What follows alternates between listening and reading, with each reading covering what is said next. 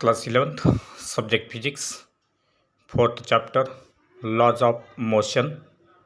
From the chapter, let us see some of the formulae. First formula is for Newton's second law of motion.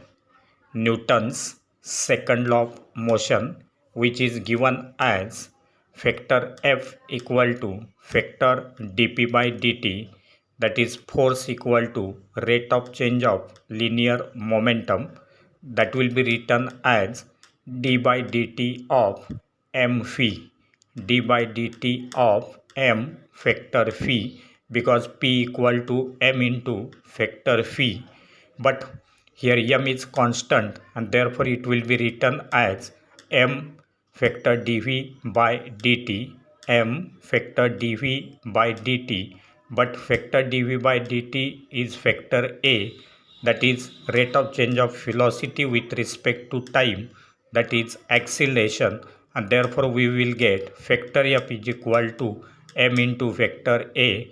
In magnitude, f will be equal to ma. Then second formula is for gravitational force. Gravitational force F is equal to g m1 m2 by r square. F is equal to g m1 m2 by r square. Then third formula is for a lift with downward acceleration.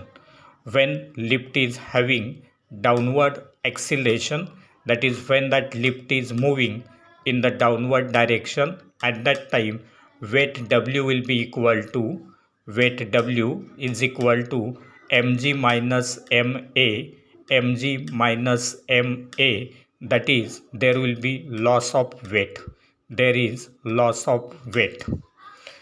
Fourth formula gives for a lift with upward acceleration.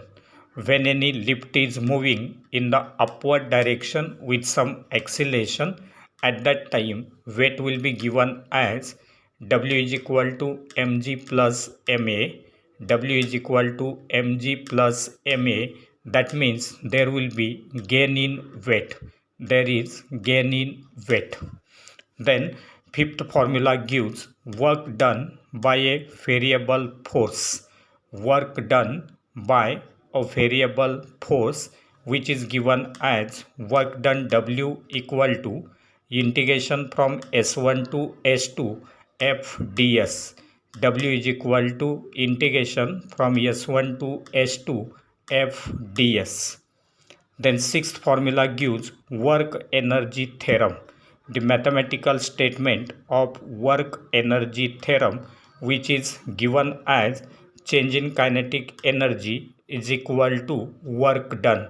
Change in kinetic energy equal to work done, which will be given as half m u square minus half m phi square, half m u square minus half m phi square, that is change in kinetic energy, is equal to ma into s, ma into s, which will be equal to f into s, f into s, that is the work done.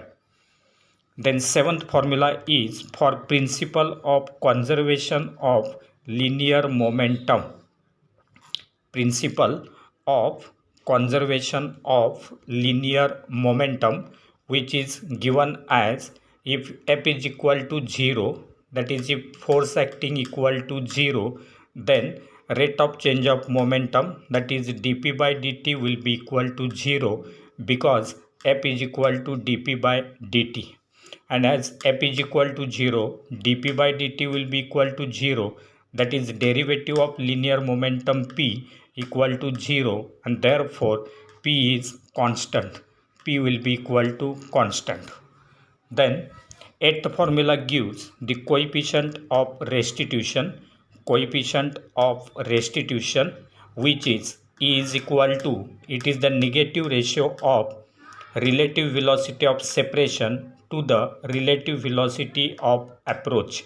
Relative velocity of separation upon relative velocity of approach, that is minus Vs upon Va, which will be given as minus phi2 minus phi1 upon u2 minus u1 minus of phi2 minus phi1 upon u2 minus u1, which will be written as, due to this minus sign, phi2 will become minus, phi1 will become plus, and therefore it will be also written as phi1 minus phi2 upon u2 minus u1, phi1 minus phi2 upon u2 minus u1. Then ninth formula is for the expressions for final velocities, after a head-on elastic collision,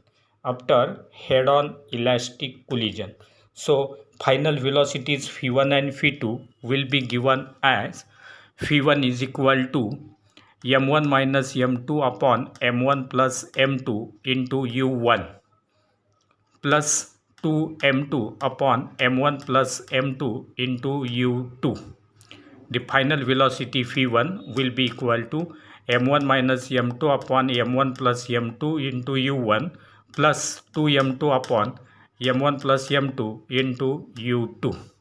Similarly, second velocity phi2 will be given as m2 minus m1 upon m1 plus m2 into u2 plus 2m1 upon m1 plus m2 into u1.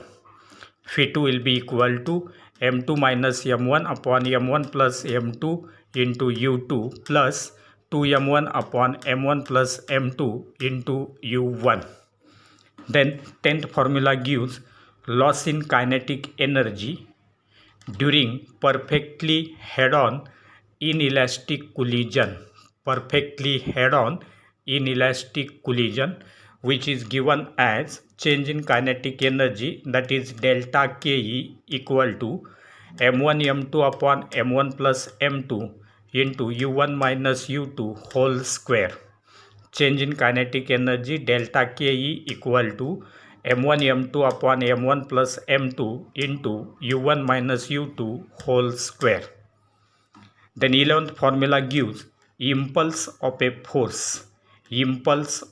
force, where impulse is equal to change in linear momentum, that is vector p2 minus vector p1. So impulse of force, that is the vector quantity, will be equal to change in linear momentum, that is vector p2 minus vector p1, which will be written as m into vector phi2 minus vector phi1, which is equal to vector f into t, that is the impulse of a force is the product of force and the time for which the force is acting on that body, that is f dot t.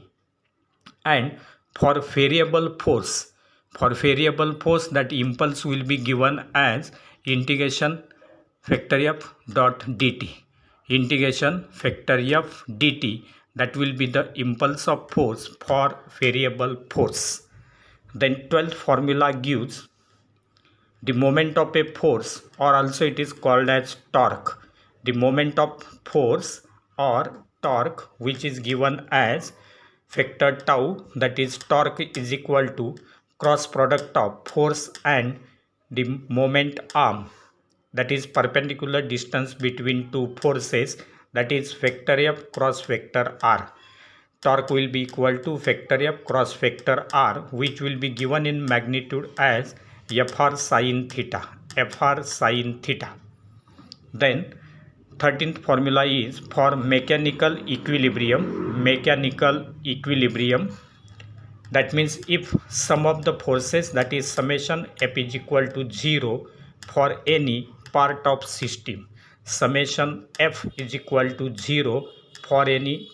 system, at that time that body is said to be in mechanical equilibrium. Then 14th formula gives center of mass. So we will consider two cases here. First one, that is system of n particles. If there is a system of n particles, then its center of mass will be given as x equal to summation I is equal to 1 to n mi xi upon m. X will be equal to summation I is equal to 1 to n mi xi upon m. Then y coordinate will be y equal to summation I is equal to 1 to n mi yi upon m. Y is equal to summation I is equal to 1 to n mi yi upon m, and z will be given as z is equal to summation I is equal to 1 to n mi zi upon m. Z is equal to summation I is equal to 1 to n mi zi upon m. Then for second case, let us consider the continuous mass distribution. If the mass distribution is continuous, then for continuous mass distribution, the center of mass will be given as x is equal to integration x dm upon m. X is equal to integration x dm upon m. Y will be equal to integration y dm upon m. Y is equal to integration y dm upon m, and z will be equal to integration z dm upon m. Z is equal to integration z dm upon m. So these are some of the formulae from this chapter, laws of motion.